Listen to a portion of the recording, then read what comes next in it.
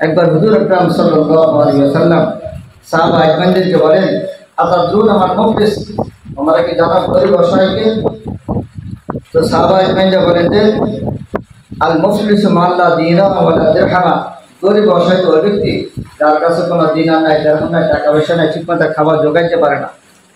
আল্লাহ রাসূল বলেন, না, যে ব্যক্তি নামাজ পড়ছে, রোজা রাখছে, হজ করছে, যাকাত দিচ্ছে, কোরআন তেলাওয়াত করছে, জিকির করছে, আরো অনেক নেক আমল করছে, নেক আমল নিয়ে এসে উপস্থিত হলো, কিন্তু তার উপর জুলুম করছে, কাউকে খারাপ কথা বলছে, কাউকে গালি দিছে, কারো হক নষ্ট করছে, যার যেরকম হক নষ্ট করেছে সে উপস্থিত হবে, তারা সবাই উপস্থিত হবে। উপস্থিত হয়ে আল্লাহ তাআলার দরবার বলে, আল্লাহ অমুক ব্যক্তি আমার একজন ক্ষতি করেছে, আজকে আমি আপনার মাধ্যমে তার প্রতিশোধ চাই। তখন আল্লাহ তাআলাতে কী করবেন, যার যেরকম ক্ষতি করেছে ওই অনুপাতে তার সবগুলোকে দিয়ে দিবেন। দিদি দিদি একসময় তার সমস্ত সবগুলো শেষ হয়ে যাবে, কিন্তু এখনও প্রমাণতা রয়ে গেছে। শেষ পর্যন্ত তাহাদের গুণাগুলোকে দেখতে দিয়ে তাকে জাহান্নামে নিক্ষেপ করা হবে। এই জন্য অন্য এক হাদিসের মধ্যে আছে, লা ইয়াদখুলুল জান্নাতা মান লা ইয়ামানু জারুহু বাওয়াইকা, ওই ব্যক্তি বেহেশতে প্রবেশ করতে পারবে না যার প্রতিবেশী তার অত্যাচার থেকে নিরাপদ নয়। আবার পরিবারের মধ্যে যারা আছে, যার যেরকম হক আছে, আমি হককে ঠিকভাবে আদায় করব। আমার পার্শ্ববর্তী ঘরওয়ালা আছে, ঘরওয়ালার কোনো হক যেন আমার দ্বারা নষ্ট হবে সেদিকে খেয়াল রাখবো।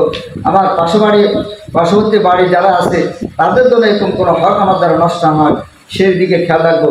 যদি আমি হক সঠিকভাবে আদায় করি তাহলে পরকালে আল্লাহর দরবারে আমাকে গরিব হিসেবে উপস্থিত হইতে হবে না। এই জন্য হক যদি আদায় করা না হয় তাহলে সব নিয়ে উপস্থিত হওয়া সত্ত্বেও শেষ পর্যন্ত ঘুণের বোঝা নিয়ে জাহান্নামে যাইতে হবে। এই জন্য যার যেরকম হক, স্বামী হিসাবে স্ত্রীর হক, স্ত্রী হিসাবে স্বামীর হক, যেভাবে আল্লাহ তাআলা স্বামীদেরকে খুব মর্যাদা দিয়েছেন সেটা পরে আসতেছে। এইদিকে আমরা খেয়াল রাখবো যে শুধু আবাদতের দ্বারা মানুষ কি হয় না, জান্নাতে পৌঁছতে পারে না। অনেক আবাদতের মধ্যে কয়েক প্রকার আছে, মুআমালাত, মুআশারাত, আখলাক, এটাই আবাদতের মধ্যে শামিল। সেদিকে আমরা কী করবো, খেয়াল পরিবারের সবার সাথে সুন্দর আচরণ দেব। আল্লাহ পাকের রাসূলের আখলাক চরিত্র দেখে কাফের মুশরিকরা মুসলমান হয়েছে। এই জন্য আমরা এই পরিবারের সবার সাথে, নিজেদের পরিবার এবং পার্শ্ববর্তী যারা আছে সবার সাথে সুন্দর ব্যবহার দেব, সুন্দর আচরণ করব। আমার আপনার দ্বারা কেউ কষ্ট না পায় সেদিকে খেয়াল রাখবো। কারণ হাদিসের মধ্যে আছে, আল্লাহ পাক রাসূল বলেন, আল মুমিনু মান, যে খাঁটি মুসলমান ওই ব্যক্তি যার হাত এবং পা দ্বারা অন্য মুসলমান নিরাপদ থাকে, তার হাতের দ্বারা, কথার দ্বারা, কাজের দ্বারা কেউ যেন কষ্ট না পায়। এই জন্য আমরা খেয়াল রাখবো, আমার পরিবারের লোক হোক, আমার পার্শ্ববর্তী ঘরের লোক হোক, আমার প্রতিবেশী হোক, কেউ যেন আমার দ্বারা কষ্ট না পায় সেদিকে খেয়াল রাখবো। কারণ